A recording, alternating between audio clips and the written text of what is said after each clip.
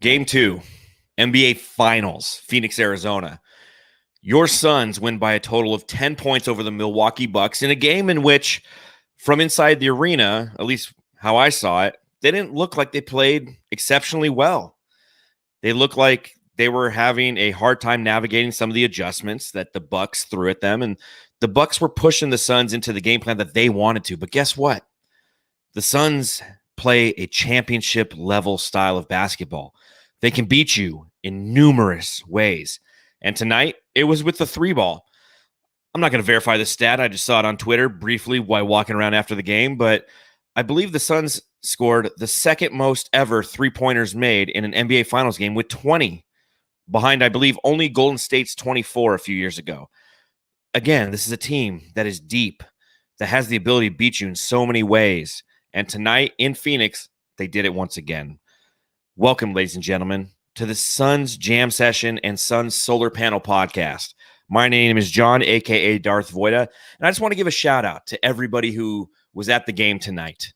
All of the different Jamsters who came up and said hello, seeing Flex from Jersey, seeing Justin and Paul from Fanning the Flames, Dan Duarte from the Coast to Coast podcast, all the Jamsters who came up and said hi. I know I'm forgetting so many of you, but it was so much fun being at this game and watching this team win and take a 2-0 lead in the NBA Finals. I'll do my best to talk through this one. I was screaming and yelling like an idiot because I am an idiot. I'm going to bring in my fellow idiot, somebody who's tromping on Doritos over there. What's up? That's Matthew. How you doing, bud? I'm doing great. Yeah, thanks for all the Jamsters in the bathroom, too. 2 of them that notices me. So it was great, man. What a great game. Thanks to your mom, Mama Voida, bringing us to the game tonight. Last row, you can tell all our voices are probably gone tonight. But it was incredible, man. I couldn't ask for anything else. Yeah, we were screaming from the last row, thinking that they could hear us down on the court. And you're right, it was awkward. Every time you go to the bathroom, someone would be like, "Oh, hey, what up, man? Voida, Lissy, some chance this pocket strike. I'm holding it." It was either when I was a cam girl, or else from this podcast. So. It's either or. It's one of the two. So, welcome. We saw again. Saul was there tonight. Saul, how you feeling? How's the voice, my friend? Oh, my voice is fine. Yeah, I was good. I didn't do a lot of screaming. I think I had a little bit of a nervous energy tonight. So, I was expecting to go there in work mode. And so I never really got hyped up like that. As you can see, I was wearing this at the game, so I wasn't even in Suns colors. So it was a last minute change of plan. So, I mean, I was more observing than I was cheering and leading them on. But everybody else where I was at, they were doing just fine in replacing me. I'll tell you another guy who's going crazy. That was Greg Esposito. Espo, let's hear that voice, man. I know it's not 100%. 1, 2, 3. I'm going to be doing that in my sleep tonight. That was fun. It didn't really impact Giannis that much by the end, but it was still fun to do. Unlike Saul, who was living the fancy life, I was up in the nosebleeds where my people live. Lakers fans would tell you, act like you've been there before, okay? Well, I am acting like I've been there before. The very top row of the arena. This wall here, if you're watching us, I had the wall of section 214 right there as well, and it was the best damn seat in the house. I loved it so much, Voida, that I'm going to ask you, literally, I'm not kidding about this, to paint a picture of my view from that based off of the photo I took. That was how much fun I had. Bucket list item checked off. And thank God they got the win, because I realized I had opened my mouth last episode and insinuated I was a jinx. And if they had lost, that would not have been a good thing. Well, you weren't a jinx. None of us were. The Suns were 1-0 with all of us in attendance at the same time tonight. And Espo, you don't have to send me a picture of what your seats look like, because we had the same thing. I literally could touch the roof of the stadium. It was right there. They had like a Wi-Fi thing right above me and some pipes. And if I went like this, I would hit it. And I was like, oh, shit, I probably just knocked off somebody's Wi-Fi. So, I mean, we were up in there. But again, best seat in the house. Yeah, we had the the fire sprinklers, and the guy next to me kept pounding on it. I'm like, he's gonna set these things off. Like we're all gonna be wet here, like Book in a second, because he's pounding on the sprinklers up in the rafters. But man, it couldn't have been more fun. There's some things to definitely work out after game 2 if you're the Suns, but look, they got to go 2-3 the rest of the way to win a championship. At worst, 2-3. It's crazy to think. So, as Espo mentioned, plenty to talk about on this edition of the Suns Jam Session and the Suns Solar Panel Podcast. If you're watching along live on YouTube, please subscribe. Smash that thumbs up button. Lets everybody else know this is the best place to watch Phoenix Suns content while you're here. If you are along in the Super Chat, you can donate and try to get us to some flights to Milwaukee to Game 4 to maybe close this thing out. Who knows? I don't know. But you can be. Who knows? That's big over here. But that's a possibility, okay? That's a possibility. Sure. I think they accept cheese too, man, to get over there. Cheese or chalupas that are half eaten, and I will continue to eat throughout this entire podcast. You can become an elite jamster or a flaming baller by clicking the join button or following the link in the description. Again, if you're listening on the Bright Side of the Sun Podcast Network, please subscribe, rate, and review. You guys going to be chugging with the fellas tonight? Yeah. I got one more in me, I think. You got one more in you? I got one more in. I got water after that. Oh, is that a Diet Coke? All night. Yeah, what are you drinking, Espo? What are you doing? It's a Coke Zero. Let's see if I can. You're crazy. So, chugging with the fellas, Saul, you're going to have to entertain the folks while we're making the chugging sounds. 1, 2, 3, 4, 5, 6, 7, 8, 9, 10. That's a lot more pressure than I thought.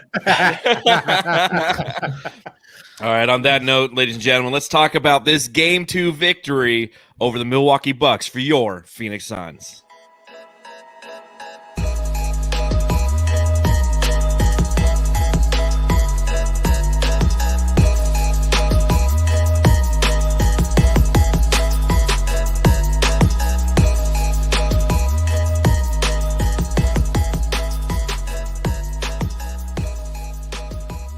The Phoenix Suns are now up 2-0 in the NBA Finals after a 118-108 victory over the Milwaukee Bucks, the second consecutive game in which the Phoenix Suns have scored 118 points.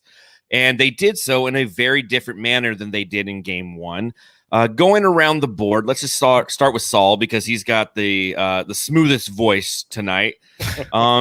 Tell me what your initial thought was after watching that first quarter in which the Suns made 9 field goals and 8 of them were from 3. A little bit of fool's gold. I felt like, okay, well, this is good, but it's not sustainable.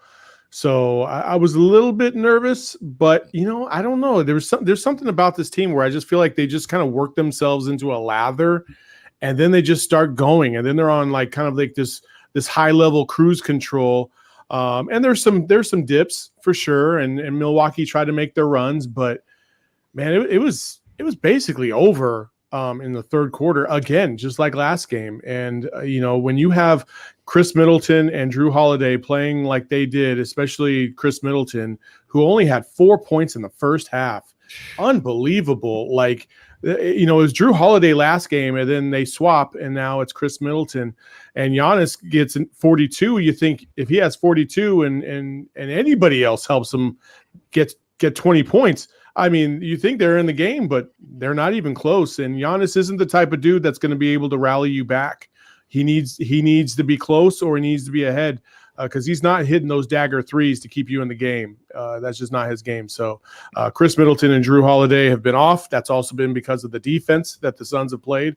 So my biggest takeaway was how ineffective those two have been so far in this series, and I was happy to see it continue. Yeah, I mean, you look at it, Giannis had a historic third quarter in terms of the way he played, and it still wasn't enough.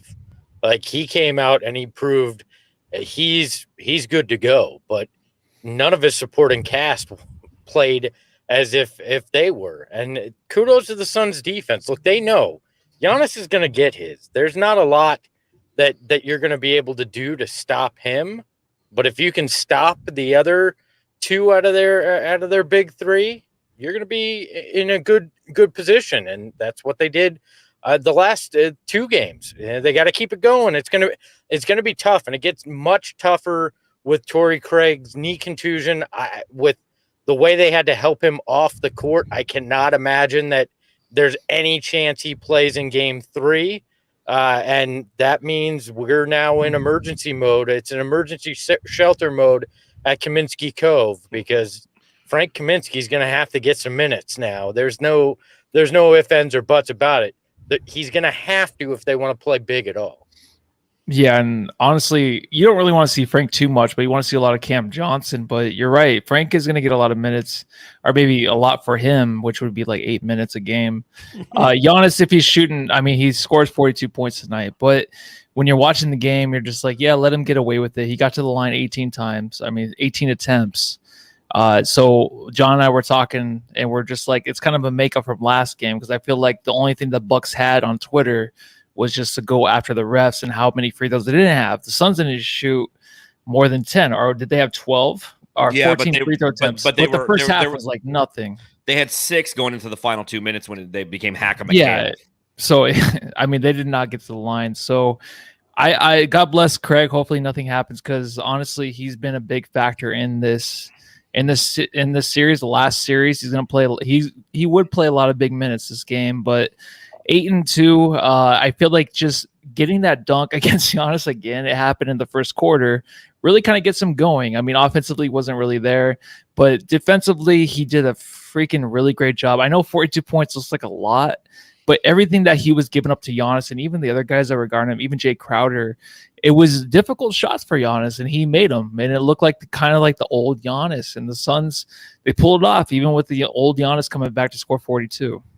Yeah, I think, when you look at how are you going to beat this team, when they come out and, the Bucks did what they wanted to do in that first quarter. I feel like that was the adjustment quarter. And essentially what they did is they took away the mid-range from the Suns. They closed off the interior and they said, hey, you have to shoot threes. That's what the Suns did. They shot threes. They made 8 of them. Mikal Bridges had a really hot start. And on the offensive end, they were going to attack with Giannis, and you saw that all night long. And as the night continued, again, you mentioned it, 42 points from Giannis, 11 of those coming from the free throw line. But when he doesn't have the support around him, again, that's what Bucks fans are going to have to lean back on and question. It's like the Suns have such a complete roster that they have the capability to sustain the runs that the Bucks were on. Because, I mean, tell me if I'm wrong. After the first quarter, you're sitting there and you're like, you know what? The Suns team feels like they should be down a ton. They're down 3. I agree. Absolutely. And that's kind of the reason why I feel like this Suns in 4 chant, I feel like I'm not going to poop on anybody's parade. You guys are all excited for sure. And everybody in Suns Nation is excited.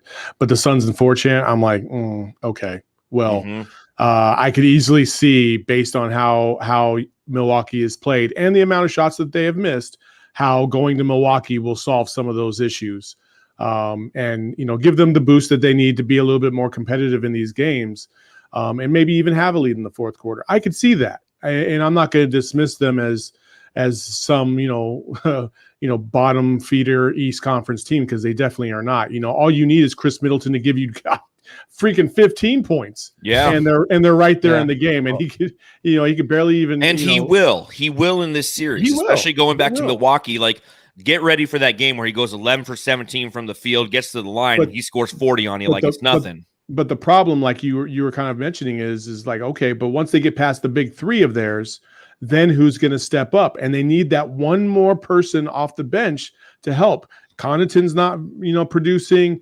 Connaughton was the only one who did produce tonight. He went 4 for 9 from 3. But outside of him, there was nobody. But you need more when Middleton's not producing. You know what I mean? Like, and then Bobby Portis didn't do anything tonight. Yeah, it's gross. It's terrible all the way, 1 through 8 for them, compared to the Suns, where, Mikal Bridges drops 27 on you. You're like, I don't know what we're going to do tonight, fellas. But that's the thing. It's pick your poison with this Suns team. Okay, so first game, it was a steady diet of mid-range jumpers from CP3, from Devin Booker.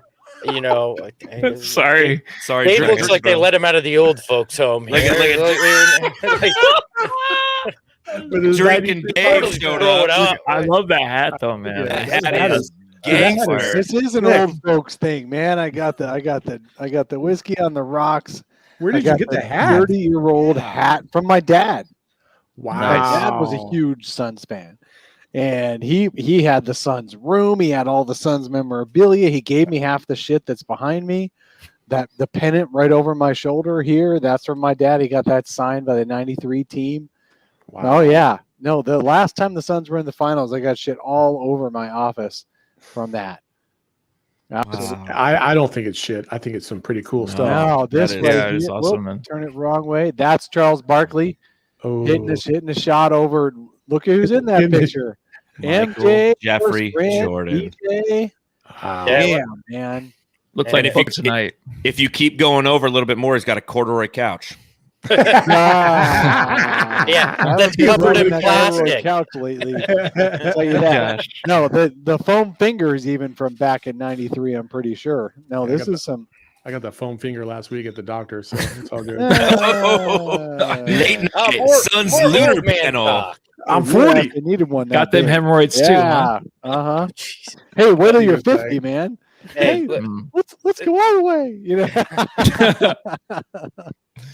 off the rails again, gentlemen. Off the rails. Leave All it to this show to be the I'm most even gonna, professional like, show on the open internet. Yeah, Oh, exactly. whoa. There we go. Like Jax Whoa. on Vanderpump Rules over here. I'm Hey. keeping it cool tonight. I'm Can- keeping can- it cool. Can I get us back on track real quick? Yes, Yes, please, please. Saul. If Welcome back. anybody- to Oh, the is this podcast. about the Suns and not Dave? If anybody in the chat mentions play sticks over Frank and I Mick, know. You know it's Jesus coming. H. Christ. Well, I mean, is that a bad Sticks can idea? play next year. Yes. Dude, yes. Next because year. Next year. If Sticks No. earned any level No. of trust, he'd be No. out there now. Yeah. But Yeah. exactly. Or Cameron Johnson. Every time he's out there, I feel secure. Cameron Johnson at the 5.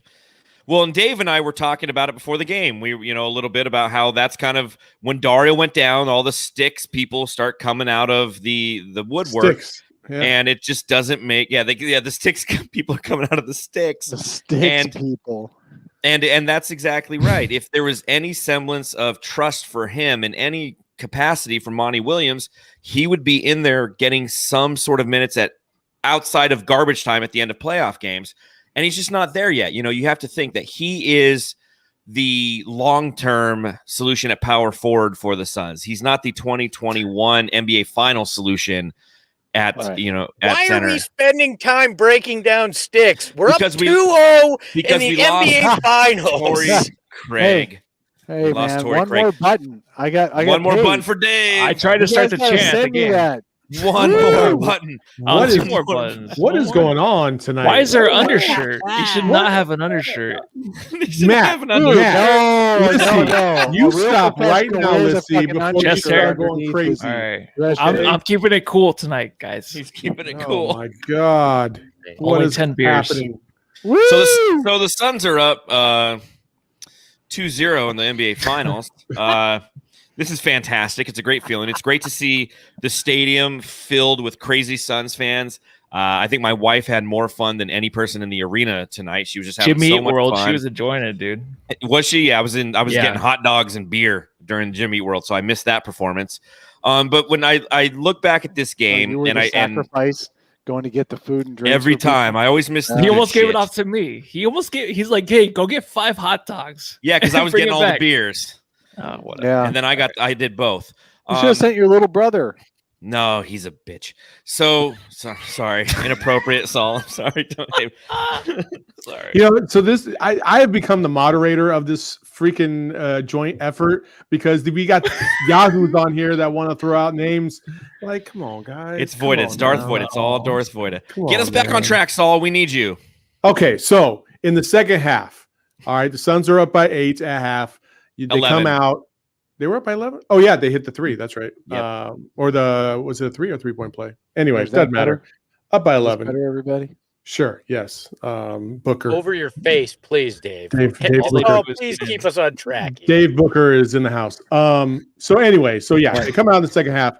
I was really fascinating to see that Drew Holiday never stopped his intensity as opposed to a game one. And I thought that the matchups tonight with Drew Holiday, you could see Drew was like, hey, he was on a mission to be more aggressive with specifically with Chris Paul, but it just didn't matter. It just didn't matter. Chris Paul still got his spots, and he didn't even play that well in the fourth. He was trying to close them out and couldn't get the job done. But the team ball, the one series, or the one possession, I forget, it was in the fourth quarter. I swear there was like 49 passes, and then finally DA gets the and one underneath the basket, and I just felt like at that moment that was game, because even if the Bucks tried to make a run, the Bucks knew like there's nothing we could do. Like they just had 18,000 people touch the ball. Everybody in the arena touched the ball in 24 seconds, and then they scored. So that's why the Suns are the Suns, and the Suns are in a good position right now going to Milwaukee. Yeah, that that's what we talked about. Is going to be what's going to be played back over and over again. Is that one play with all those passes in that 20 seconds? It was 10 passes in 20 seconds. That's going to epitomize the Suns season right there. After the game, Mikal Bridges and Devin Booker got to the podium together, and they both said that play hyped them up more than any other play. Knowing and finishing, DA finishing that, they talked about it in the locker room at halftime. That play was the most exciting play of their year. Well, it epitomizes who they are. It's get everybody involved, get that ball moving. It was a thing of beauty. And look, like I was saying before Dave showed up, it was, it's a pick your poison thing. In game one, they let the mid-range shots happen because they were switching on defense. In game two, they tried to take that away, so they found the 3-point shooters throughout the game. Game three is that the DA game where they try to take away the threes. They're looking at the mid-range. It leaves DA open, cutting to the hoop. I mean, there's just so many ways this team can beat you that it makes it tough to adjust, because when you adjust to one thing, it opens something else up. It becomes something else that becomes the focal point for this team. And if Giannis doesn't get any help, I don't see how the Bucks can do much defensively to fix things, because there's just always an offensive option with the Suns. So unless their offense gets going, I don't think you're going to out adjust on defense to make enough of a difference. And Milwaukee's offense has never got going. They don't have an offense that gets going. No, if they hit free throws, though, I mean, if Giannis all of a sudden wakes up and realizes he got all of them. I mean, he got so many free throws in the third quarter, and they still lost. Well, I think he missed 7 as a whole, or the team missed 7 as a whole. Yeah, 18. 11 of 18. For 18, yeah. I mean, if he makes those, we're talking a different game. You're talking a clencher at the end instead of saying, if Frank Kaminsky made all of his shots, no, Giannis doesn't make all of them. So don't say if he makes them. I'm just saying that's the right point. Now. That's what the Bucks are looking at is Giannis becomes a miracle free throw shooter, or they get their all three of their big three going at the same time. That's their hope in the rest of this. In the rest of the way. I felt like Giannis sucked all the life out of their offense in that third quarter. I mean, obviously they came into the third quarter down 11, and Giannis was trying to carry them back, but everyone loses their rhythm when all it is Giannis dribble drive, Giannis dribble drive, Giannis dribble drive. Nobody else has a rhythm. Guess what games Drew Holiday and Chris Middleton were the best games of their playoffs? The 2 that they closed out Atlanta. Of course, it helped playing Atlanta. That was easier for them, and they were able to rack up some points. But those are the 2 games that Middleton and Drew Holiday were really good. But when Giannis is there, it kind of sucks up some space. And Drew even made a comment. I didn't copy down the quote word for word or anything like that. I mean, it's available, but I don't remember it off the top of my head. But he basically said that. He said it's different when Giannis is out there. There isn't as much space, and I've got to be more aggressive and find my spots better. It's like he's talking himself into being more aggressive. But it's hard when they're all basically clearing out, right? 4 on one side, Giannis on the other left, and driving in. That's their offense. Mm-hmm. And you know who's good at free throws is Mikal Bridges, who went 8 for 8 tonight. And I was at the bar by myself waiting for someone to notice me an hour before the game. And honestly, I was looking at the screen. They were like, "Who's the best role player for the Suns? Who do you want to see succeed tonight?" There was like a poll for Fox 10, and Mikal Bridges was on there. I'm like, I don't think Mikal Bridges is really a role player. So I don't know if he took offense to that, but tonight he totally went off, man. And he's that guy. It's like we talked about, I think, last podcast, where it's like Milwaukee, who's going to step up for them? We talked about Connaughton, Drew Holiday. Really, he did force it tonight, but they don't have that other guy that can really step up and be a threat. Like the Suns have yeah, I know, but like those are the two, Middleton and Giannis. Middleton did not, of course, did not tonight, but those, they give up 6 first-round picks for Holiday. A force. It's such a force for them, though. It's like even when he's running up the court, like where we're sitting, like if he's running the opposite end, you can just see in his body language, he's trying to get it up the court and do the best he can to get over this Phoenix Suns team, and he doesn't have it, man. Like the last 2 games, he just does not have it. I'm not saying the next games he's not going to have it, but you just don't see it in him. And the Suns just have those players that can step up. Who are you talking about again? Who doesn't have it? Drew Holiday on offense. Oh, I for some reason I thought you said Giannis. I was like, what? No. I'm talking about the third guy, and the Suns have like the 10th guy really that can step up and score big. I think exaggeration there, but you know what I mean. I think Drew tired himself out as well. Well, I think him trying to guard Booker and CP3 basically by himself. I think that's why his shots were not falling earlier in the game. And then that's why you saw him make a concerted effort to drive to the basket and try to get some bunnies, because there was no other way he was going to be able to do it. He was just too exhausted. It's too much for him to try and take on, and that's going to affect both him and Middleton. Booker and CP3 are built for this. Like they just are.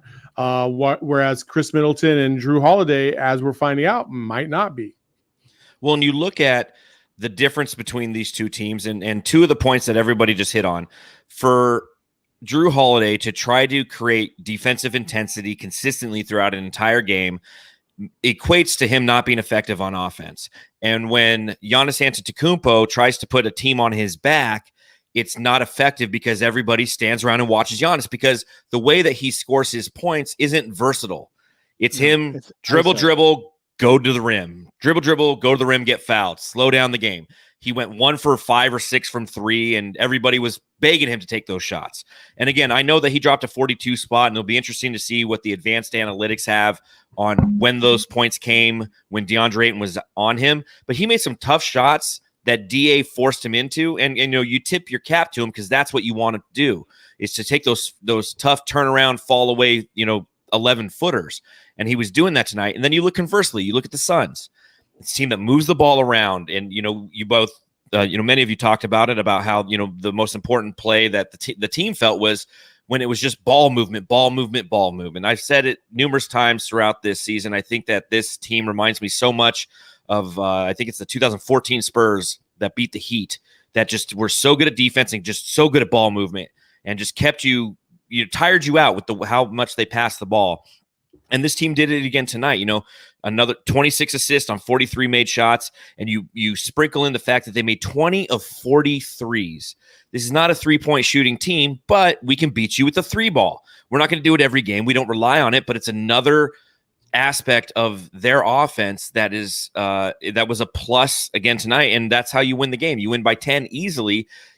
Tell me you guys weren't having a good time. Tell me, and it got close. It got down to 6, but you always felt that this team was in control, because we're not as one-dimensional as Milwaukee has proven themselves to be, because it's Devin Booker stepping up and hitting the huge shots, but Mikal having the ability to get to the line at the end of the game and hit the free throws, and having DA down low when we need him on those and ones, and having CP3 hit those mid-range. I mean, there's just, again, it's a pick your poison with the Suns. And I'm with you, Saul. I don't know if Suns at 4. Do I have freaking sour cream? Yeah, I have sour cream. That's what I've been looking at for like freaking 5 minutes. I've just been staring at that and laughing. I'm That's why I don't have a mustache. Listen, that's a happy time on his face right now. Let's call it sour cream. Listen, I'm eating Taco Bell during a podcast because I'm the real MVP. Let me stat Dave to get out of this embarrassing moment. Oh, how convenient. Okay, so here's a stat me. According to ESPN Stats and Info, Devin Booker and Chris Paul have combined for 113 points in their first 2 games of this finals. That is the most by a starting backcourt in the first 2 games of any finals since starters were first tracked in 1971, bitches. Jeez. I like the end. Yeah. Jeez. I don't think That I is don't insane. I don't Drop a think button for that one. I don't think ESPN ESPN said that Stats at the info end though. tweet did not have the word bitches in it. I Yeah. added that to make it my own. By the way, Thank can you. we never transition from you talking about sour cream on your face to stat me, Dave, Yeah, that was ever again? incredible. We Thank should you go very after, much. right? Epic Yeah, fail. go right I after. never, please, Well, never. Wood Look, already got statted, but anyway, I mean, look, so look how 113 points in the first 2 games of the finals. This is when Golden State went to 5 straight with Steph Curry and Klay Thompson. How have they not scored 113 points in the Well, first this 2 is games also of any the of those duo. 5 straight finals? This is also the duo that we talked about in the Western Conference Finals that went 10 for 40 and then 13 for 43 or something. I mean, Yeah. look at how no. yes, Oh, so the no. world is over. Yes. It's all burning. Look at what they're doing in the NBA Finals, ladies and gentlemen. Yeah. well, and I Devin did Booker. get a little frustrated when I'm sorry. Go ahead, Matthew. That was No, that was Espo. That was Thank you, though. really? Thank you, Yeah. though. Oh, never mind. Wow. That's a deep voice. I did Oh, get a little boy. frustrated when Chris Paul was That going sauce ISO hits ball extra in that hard. fourth quarter a little Yeah. bit. Sorry. All right. Anyways, Sometimes Matthew, it's go a little ahead. bit too much hubris. Look, props Yeah, to Devin maybe. Booker. He hit 7 3-pointers again tonight. He can never do it in the regular season, but has done it twice in the playoffs. So, and That's I okay. actually thought they should have gone to him more there in that fourth because he had the hot hand. And I don't know if it was because the Bucks were playing such close defense or what, but I thought they should have fed him more even. We may have seen a couple more out of him there, but he was so Locked in. great in what he was able to do offensively tonight from long range. And again, he's not traditionally your 3-point shooter on this team, but he did it because it was what was available and came through tonight. Impressive. Well, and Matthew, what were we saying to each other in the fourth quarter when Chris Paul kept turning the ball over? We're like, let Devin Booker. It was 4 turnovers. And let him keep being the primary ball handler because it was a Devin Booker game, and he had the juice tonight, right? He ended with how many points, Matthew? It was 31, but it seemed kind of easy for him a little bit. Like he was just so comfortable. So the first quarter, Chris Paul always has to get those nerves out. So I don't know what that is, but Booker in the first quarter should always have the ball. This fourth quarter, usually like Chris Paul cooked it up last game in the third quarter. He got really hot. The fourth quarter, though, tonight, it just seemed like, Paul was like kind of throwing the ball away. I'm not getting negative, but there was 4 turnovers in the fourth where he just kind of just stopped the dribble and threw the ball away. And Book just seemed relaxed. He seemed like he knew what he wanted to do. So we were saying back and forth, it's like, Book had the ball, man. This is his team. He can close it out now. He just has that look. He has that feel right now on the court to where I trust him just as much as Cameron Johnson, and he's closing the game out, man. Yeah, Chris Paul had 6 turnovers for the game, and I felt like it was even more than that, but they only credited him with 6, and that's the most he's had in almost 3 months. Jeez, another stat me, Dave.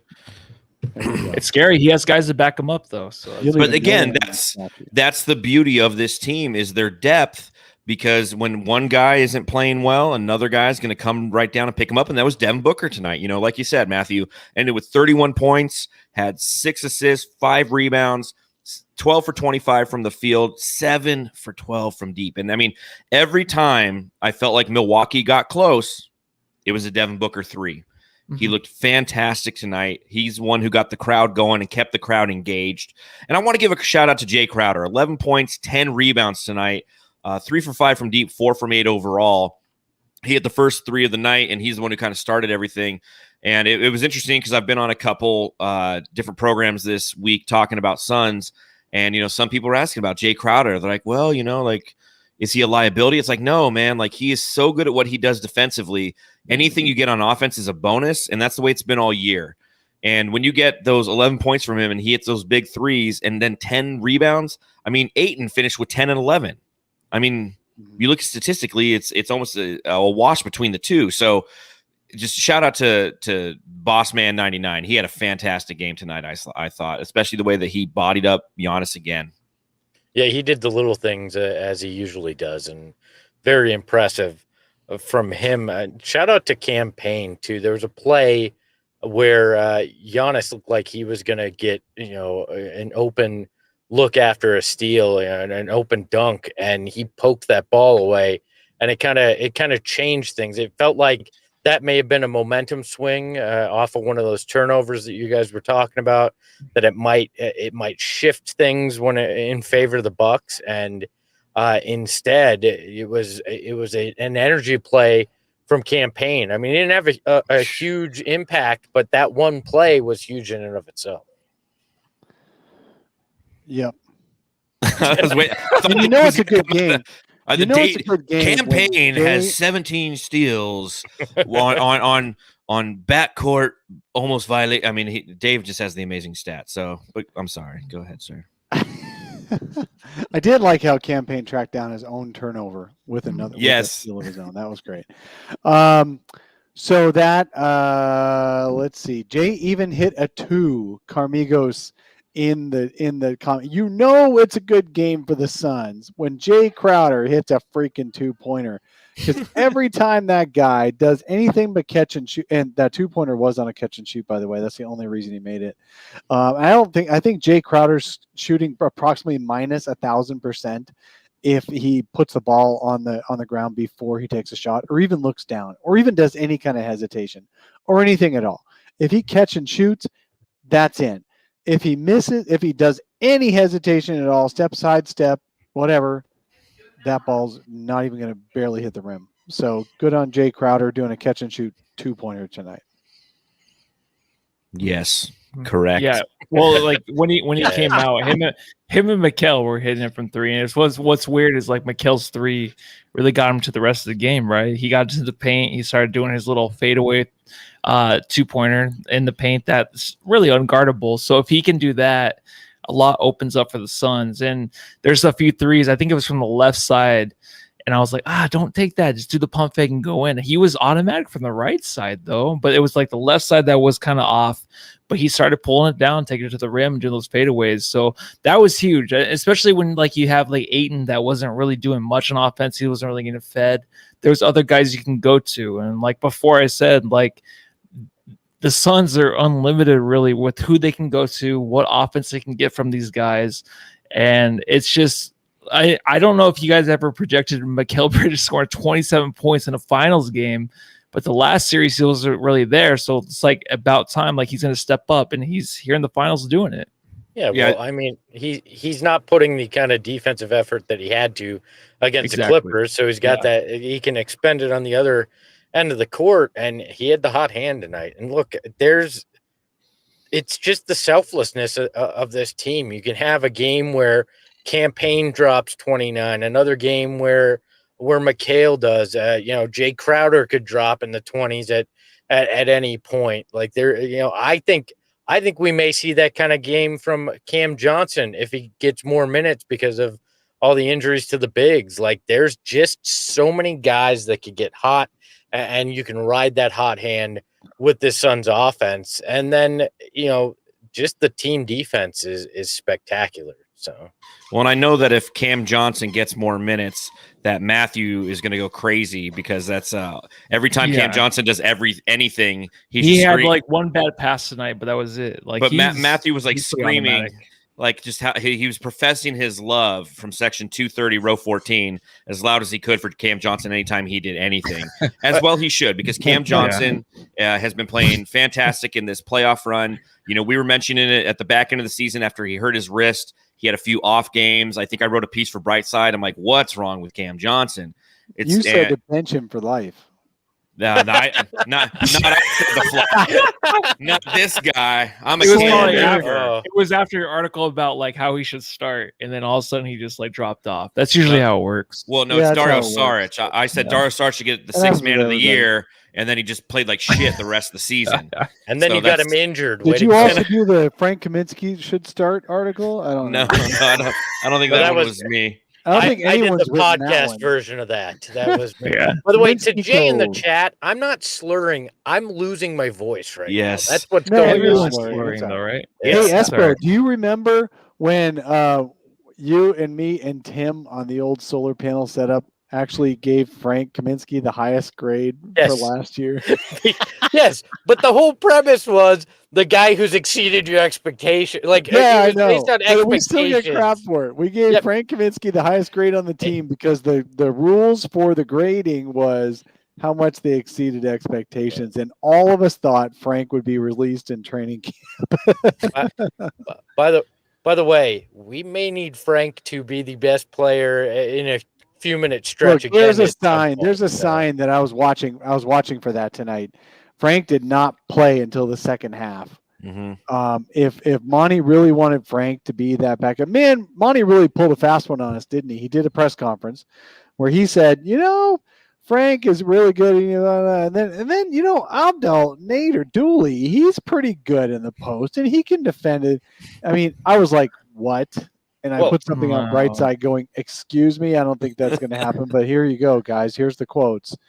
And I just I was very happy to see that they just stayed with Jay. And I tried to get a question in when they were talking to Jay earlier tonight, but I didn't get a chance to because all these freaking national people are taking up the question time.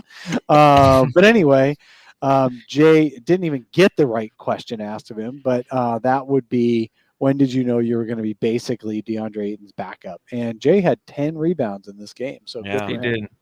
You can see him battling down there. It's Yeah. tough. I feel like this whole playoff series or this whole playoff run, including this championship run, it's just like who can get the rebounds. A lot of it's team rebounding. So him down there means a lot. And even last game when I think he scored 1 point, right? Even then, it's just like even all the podcasts I listened to is like he still had a great game. He did defensively. He's always there. That's why I always want him in the starting lineup. Who cares if he goes 0 for 7 from 3? He does a lot more on the court than people realize, and he helped the Suns team tonight. Well, you look at overall offensive rebounds, and the Suns were killed on the offensive rebound. I mean, they had 11, but there's 18. Most of that was the first half. Yes, correct. And then Torrey Craig getting hurt. I think we'll talk about adjustments here momentarily. You did say that Frank Kaminsky, you thought that he'd be released in training camp. He was by the Kings, and then the Suns picked him back up. But the guy that he'll be backing up, let's talk about him real quick. Ayton Watch 2021. It was 10 points. It was 11 rebounds. It was 4 for 10 shooting, 40% from the field from Deandre Ayton. It was and in 42 minutes played.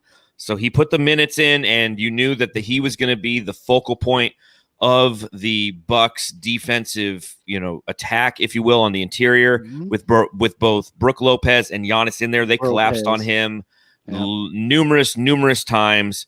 What'd you see from DA, and what do you think that he does moving forward to kind of, swing the pendulum back in the other way? So we didn't get a chance to talk to him. I don't remember. I don't think so. No. But basically, he had a bad game. He'll tell you he had a bad game. He was met at the top on, like, he was trying to go for a couple of dunks and and he was met at the top. He's used to being met at his waist because he pulls the ball down, and they're always grabbing at that. Then as long as he gets the ball over his head, he's usually not contested there. So I think he was a little surprised on that. He was surprised that the Bucks basically sunk into the paint. Their entire defense sunk into the paint tonight. That's how the Suns made 20 out of 43s, because the Bucks defense was all about opening that up and daring the Suns to make them, and they did. So it's pick your poison. You guys were talking about it when I just got jumped on here. It's pick your poison. The Suns barely made any threes in the last game, and then the Bucks made most of theirs. Suns won. Now the Bucks said, nope, we're not going to give you the paint anymore. Ayton's not going to get 22 and 19 on us or 20 on us. Great. Okay. We'll just make our threes, so it's just so easy for these guys, for these Suns to figure out how to win. Big props to Mikal Bridges for doing well in this game. And, basically Mikal, you mentioned earlier, Matthew, you don't see him as a role player. Talent wise, he's not a role player, but mentality, he really likes his role, just like DA really likes his role. And, next year will probably be the year that'll be like DA's was this year, where Mikal grows even more into his own player. But right now, he needs the rest of the guys there to take attention off of him, because he cannot really create his own shot. He can get to a couple of spots, and he's added a couple of spots on the floor that he more so than he had a year ago. But he's still really dependent on not being a defensive team's focus, and that's okay, because he's excelling in that role. Deandre Ayton excels in the role. The guys who are not role players, there's only two of them on this entire team. It's Chris Paul and Devin Booker. Look, in terms of DA tonight, I think he was in his head. It just seemed like one of those games where he overthought things, complained a little too much. Didn't want to get in foul trouble either. Yeah. Well, I think he's certainly hyper aware of that now with Dario Saric out, but it felt like he was complaining a little bit too much. Just love that. I heard, I obviously didn't see, we were all at the arena, but I heard there was a clip of Monty talking to him that ABC had, where he basically told him, leave the past in the past, focus on getting the little things, do the little things you do well. And then that was where Hakuna Matata. Ain't no wonderful worries. phrase. But It ain't no passing craze. It's our bomb for you. You and I look like Pumbaa. They look like Timon, so it works here. But I think Basically, that Monty did Timon to DA's Pumbaa. yes, All right, but I think it got him Actually, to DA's focus, Simba. right? Oh, that's perfect, isn't it? DA being Simba. Simba. Wow. It is time. Remember Anyway, who sorry. you are. Espo, please. You're my son and the one true Sorry, king. Espo. Espo, you must take your place in the circle of Espo. life. Before I paint you, continue. Espo's Rafiki. Go ahead. I'm He'll show you just, the way. I think that Monty got him refocused, because that was, from what I understand, was right around the stretch where he came in and got some key rebounds, got a couple blocks, did the little things again. So I have faith that we will see a more focused DeAndre Ayton in the upcoming next few games. And the Bucks, I can't imagine play the same strategy again. I mean, maybe they will, and just hope the Suns don't hit from deep, but it does not seem like that was the best strategy for them, because again, same result as they got in game one. So I probably wouldn't quite do that again with DA. Matthew, what did you see from DA's body language? First of all, thank you, Lauren, for that's a friend of mine, I think. Yeah. $10. Thank you very much, man. Honestly, DA, we weren't the biggest fans, right, tonight, John. I mean, he was okay for a little bit, but defensively, he got the dunk on him. Then he turned it on. Anytime Giannis wanted to take it in the hole, he was there. He was a barrier. He was a guy that can actually be a force against him, and that's what happened last game too. But he got the key plays down at the end. He got the block. He got the extra rebound to give it to Chris Paul for the three. It wasn't really the dagger, but it was to put him up pretty good. So he was in there at the end, and that's really all we asked for. And I think a lot of times when the national narrative is DA, you got to draft your center next year. You have to do all this and that based off of DA. It's a lot, and I don't know if he hears it or not, but usually the next game isn't as good. He needs a little bit more push. So it was that tonight, and I think just tonight he finished the game for us, and that's really all we needed, honestly. From hitting from three, you don't need too much from DA. You just need him to finish out the game. That's exactly what he did. Well, and I think that, again, the job he did on Giannis in forcing him into some difficult shots was a plus. He didn't put up the statistics that he normally does, but you know what? The Suns won by 10.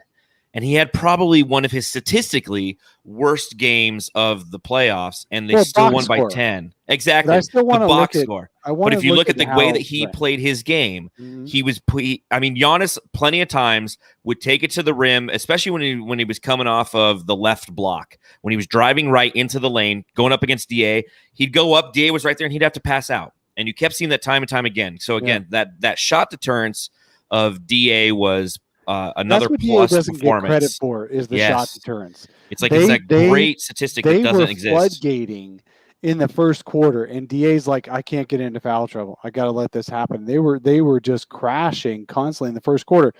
Does everybody think the Bucks just decided to stop doing that the rest of the game? Or maybe we should give the Suns defense a little bit of credit and DA a little bit of credit for making some changes and not letting them do that.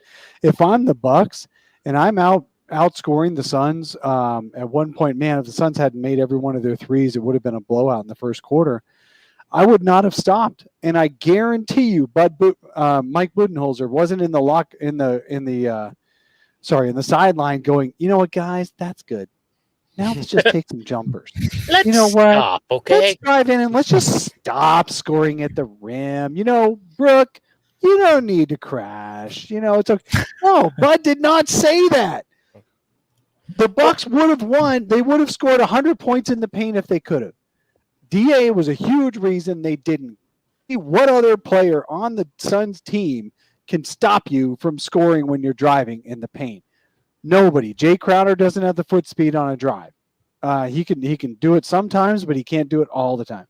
Torrey Craig twisted his knee.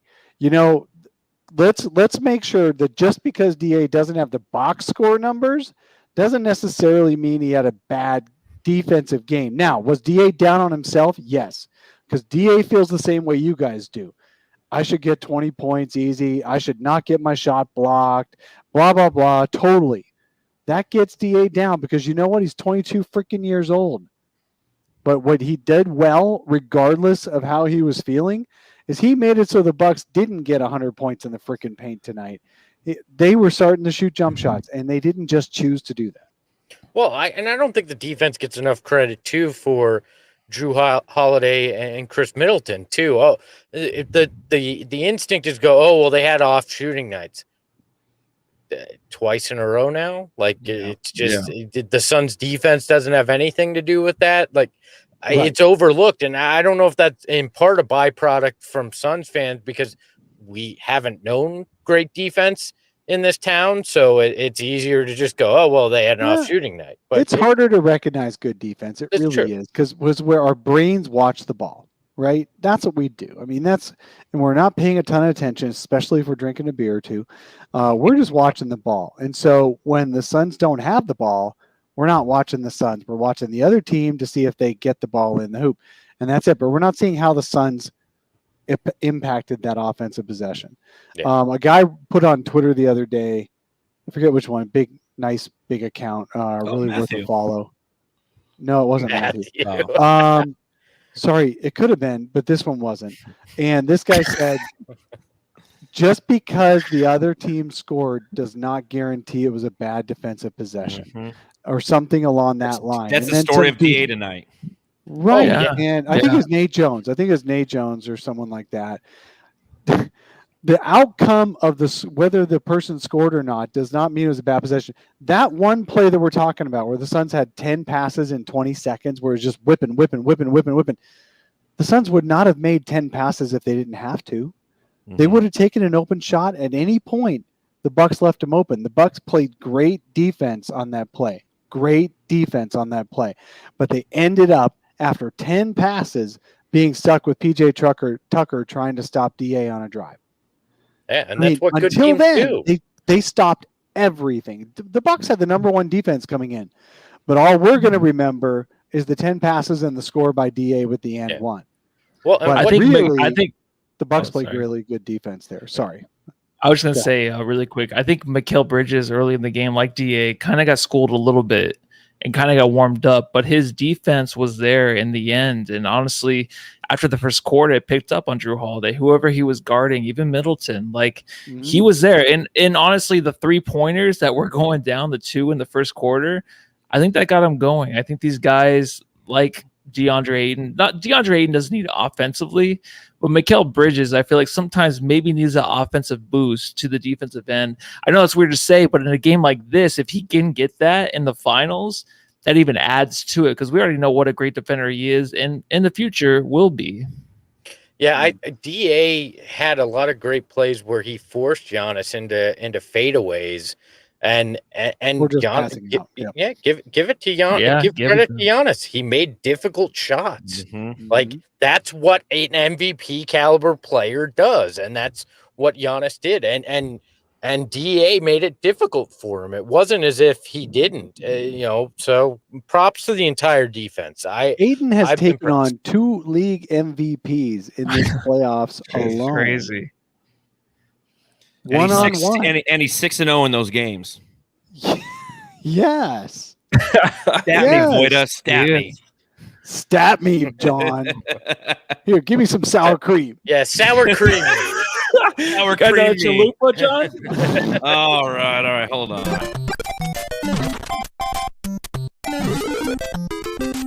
Jam star of the game. All right, this is your reminder if you're watching along live, let us know who your jam star of the game is in the chat, and also hit that subscribe button and hit that thumbs up button. We appreciate it. I'll start with Espo. Who is your jam star of the game? It's Devin Booker. I mean, I'm sure somebody will have a thought as somebody else. I mean, I could see Mikal, but Devin Booker took control when he needed to. Devin Booker hit the big shots when they needed him to. He did the little things tonight. Even set screens in a couple situations, which I love when he does, because he's like, I'm not even above doing these little things, setting these hard screens to free guys. It's booked for me. Mm-hmm. What do you think, Dave? I got to go with Mikal Bridges. I'm seeing him in the comments as well. Mikal Bridges, 27 points, playoff career high. Previously, he had 23, and I think those are his only 2 20-point games in the playoffs. And he talked about it a little bit after the game. He said that against the Clippers, he was on offense. He wasn't very good. And he said he got into his head that he just had to get a good 3, just had to get a 3, just had to get a 3. And Etuan Moore eventually went to him and said, look, man, don't worry about where the shot's coming from. Drive in, attack the closeout, get your little floater, but be aggressive with it and do good things out on the court, and don't just stand there waiting for the 3, because Bridges is so used to getting an early 3 that's open, then the rest of his game just kind of flows from there. That against the Clippers, he just kept waiting for it and it never came, because the Clippers defense was better than the Bucks is anyway, scheme wise. Although the Bucks are better statistically, it's scheme wise. The Clippers had a better plan, and they didn't leave the guys open for 3s. So Mikal never got going because he couldn't get started.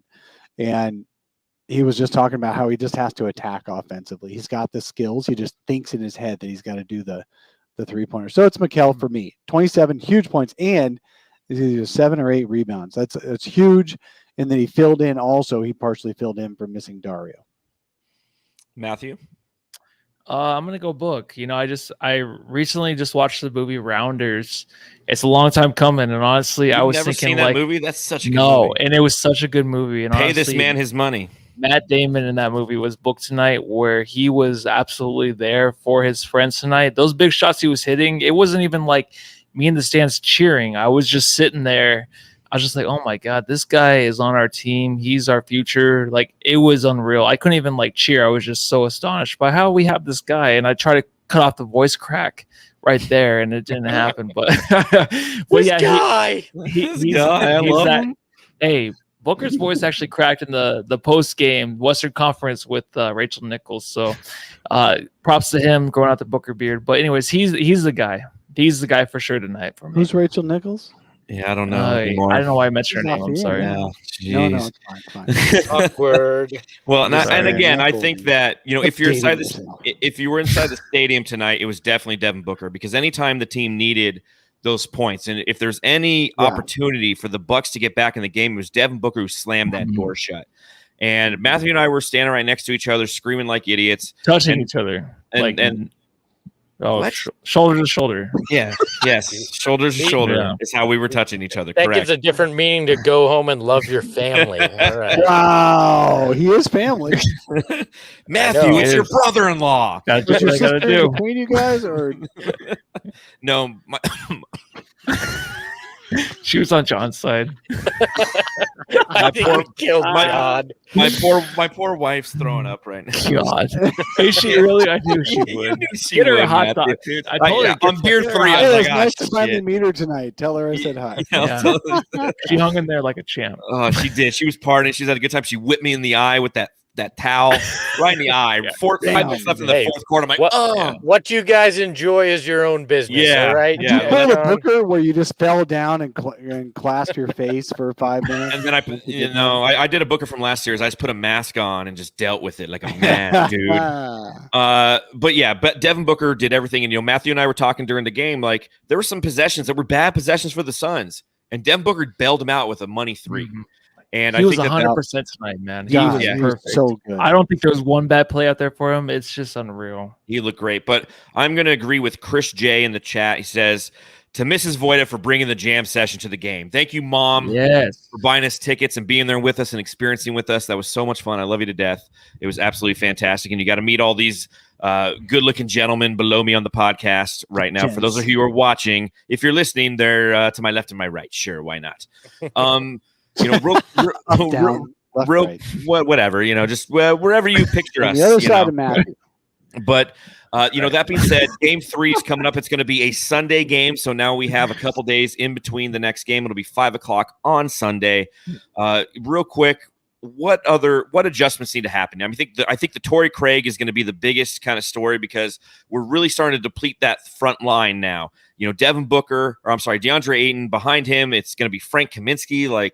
It's going to be interesting to see what those. Yeah, exactly. It's Lucy. So I mean, we really have to start thinking about that. But what are your guys' thoughts as we move into game 3 against the Milwaukee Bucks? What adjustments need to occur for this team to go up 3-0 in the NBA Finals? Play DeAndre Ayton every minute. As long as he's not in foul trouble, to hell with it. Let's not get into our fate maybe in the hands of Frank Kaminsky. I mean, as much as I love the guy, unless he's out there to give you 6 fouls or all of a sudden – he starts raining threes like crazy for some reason. That terrifies me. And look, everybody that wants to sit there and go, the Suns have the easiest path of anybody.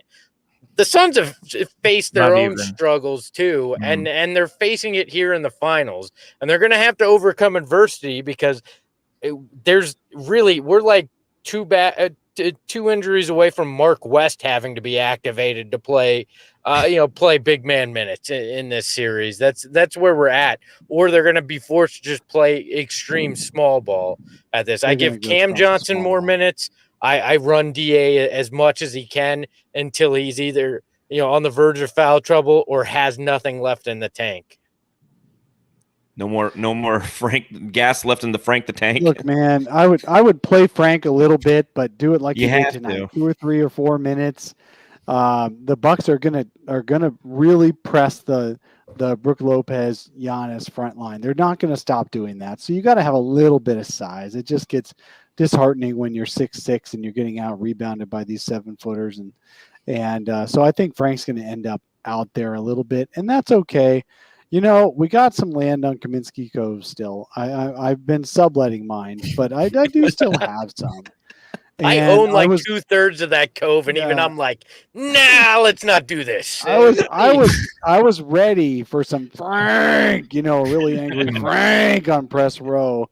I missed that from last year, and but this same Frank Kaminsky, remember he almost got a triple-double for the Suns in a game this year. Once upon a time. The Suns are up 2-0 in the finals. So, you do not play the 20-year-old rookie Jalen Smith. Stop asking. Jesus. But Frank Kaminsky can hold his own for 3 or 4 minutes. Jalen Smith can't play in a regular season game. He's not playing in the finals. But anyway, Frank Kaminsky will get a couple of minutes. And Jae Crowder is going to end up just having to bear the brunt of a lot of this, I think. Cam Johnson may end up getting some center minutes. What would be exciting for me is if the Suns just buy into it and finally let Mikal and Cam play at the same time. Mikal actually made a comment after the last game. We got a whole 45 seconds together, Those guys are like brothers. I mean, you guys have probably seen the little background stories on these guys. They're thick as thieves. And but Monty just flip flops him. They trade off time. So the more Mikal plays, the less Cam does. I would love to see Cam just at least try to stick it out in there for a few minutes at a time, not a lot, because even Cam would get broken in half by Brook Lopez and Giannis driving in there. I mean, Giannis might have hyperextended knee, but I think Cam would end up hyperextending his body. So I worry about that for too much. I think that's all it's going to be. It's going to be a mishmash. There's only 11 Dario minutes we had to worry about. 4 of those can go to DeAndre Ayton. So I'll only leave 7. I'm not worried, guys. We're good. It's good. Thanks for calming me, Dr. Dave. Matthew, what do you think? Well, I mean, the Suns, I trust them more. I mean, on the road, the Clippers, that last series, like they closed out on the road, and I had anxiety through their walls, dude, to actually play that game and to go through all of that, and they pull it off in Game 6. That means a lot, I think, just for going to the finals. So I'm not too worried as the road, the fans. I mean, I think the fans in Milwaukee are probably better than the Clippers, but I think it's just that first run or so. If they give up the run to where they're knocking down threes, it might be, this might suck. That game might suck. But if they can just stick to their defense and do all the little things on offense like Ayton does, if Ayton can get back in the game, which I know he's going to, because no one's going to be talking about him until the next game, I think it's going to be a good game for the Suns. And honestly, I think that, I don't know. I hope it's Suns as 4. I want it to be Suns at 5 just so they can come back and win it here. But I just get it over with, guys. I didn't realize the injuries are coming out, man. I didn't. Suns in 5, because I didn't realize how much it was going to hurt me to watch them get the Western Conference Championship trophy in LA and not Phoenix.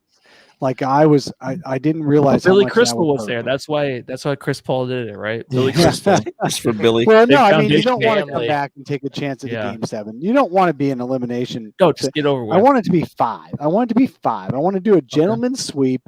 I want the Bucks to get their little feel-good win, so they feel like they challenged. I love Dave. You always ever like, let's make everybody feel okay. All right. Well, no, I want to make myself one feel win, okay, please. and I want everyone else to feel okay. I want those guys to accept the title, the championship, the Larry O'Brien trophy in front of 18,000 screaming fans. That's what I want. I don't want us to have to watch it on TV again. I do not care if they get it in Milwaukee, on Mars, I'm gonna in the get middle of the Johnson ocean. Give me the damn Larry O'Brien trophy for a day. Got my sunblock ready. Food poisoning for a day. Look, the chat before we get out of here is bringing up Scott Foster, right? Geez, he will be reffing game 3. Game 3 or 4.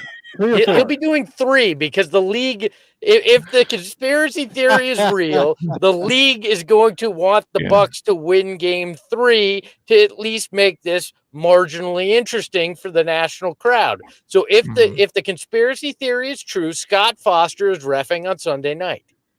But then Chris Paul has to sit out then, right? The last game, Suns won. Chris Paul was out. To lose. Let's give Scott Foster his game. Let's give Chris Paul his Larry O'Brien. Let's get him in a noogie, dude. Scott Foster, even without Chris Paul, almost cost them that game. That was the Valley Oop game where it took every ounce of everything this team had to walk away with a win. Of the game took 30 minutes to play out because of Scott Foster. Yep. Well, I think that the adjustment that needs to occur going into game 3, if we don't have Torrey Craig, knowing that we don't have Dario Saric, is we need to take Javon Carter and put him on top of Abdul Nader and let them run around the court that way, as playing as one symbiotic person. So it's 3 or 4-11 right there. They can number 4, number 11 on top of each other. Maybe they can lock some minutes that way. No, I'm with 4-11. That great '90s band. Oh, sorry, wrong. Yeah. From Nebraska. 3-11. Yes. Yeah, I know that was the joke. That's the joke. Oh, sorry. Yes. Don't stay home. Just come out of here. Lissy trying to school us on '90s. 90s information. That's my band. That's my jam. Don't get me started on 90s alternative rock, okay? I was all about, it was KZZP back then. So anyways. KZZP! Yes, that's 104.7. right, 97.9. Well, no, that was That was KUPD. It's always been KUPD. Okay, you KZZP was 104.7 before they changed it to like the zone or something. I don't know. Anywho, I just want to, before we get out of here, I just want to thank everybody who we interacted with at the stadium. It was great seeing you guys there. It was great seeing Flex and Dan and Justin and Paul and everybody who was there. Cage. Yep. Yes, Ridiculous Cage. I mean, we met him too. Yeah, we ran into so many of our loyal listeners.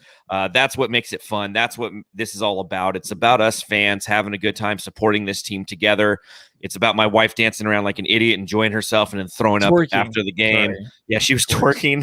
She's in the back row. No one can see me. I can twerk. It was hysterical. But this is what it's all about, ladies and gentlemen. It's about having a great time.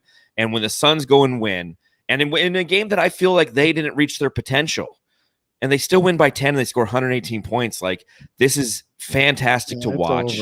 It's over for the Bucks. It really, we're the better team. It's like we'll see. I know Espo. I know Espo, and I'm with you. That doesn't mean they'll win, but they are the better team. Yes, 103.9 The Edge. Good call, Michael Farson. It was 103.9 The Edge. That was also Dave Pratt on KUPD. Dave Pratt, yes. Dave Pratt. 311. Anyways, so that being said, again, thank you. We're going to be live after the game on Sunday, a little bit earlier. It's a 5 p.m. tip, Arizona time. This is a reminder to everyone who is watching, hit that thumbs up button, hit that subscribe button. Thank you for joining us. We truly appreciate it. Dave, you got anything else to tell the folks out there? Go home and love your family. Dang it. Everyone always steals it. I have no use for this podcast. Do you have anything? The line. Go home and enjoy your sour cream. Oh, God. Oh, geez. So good. Matthew, what do you got? Matthew, you got to top that. Go home and twerk your family. There you go. All right. Take care, everybody. We'll see you on Sunday night. Go Suns, baby. 2 wins away.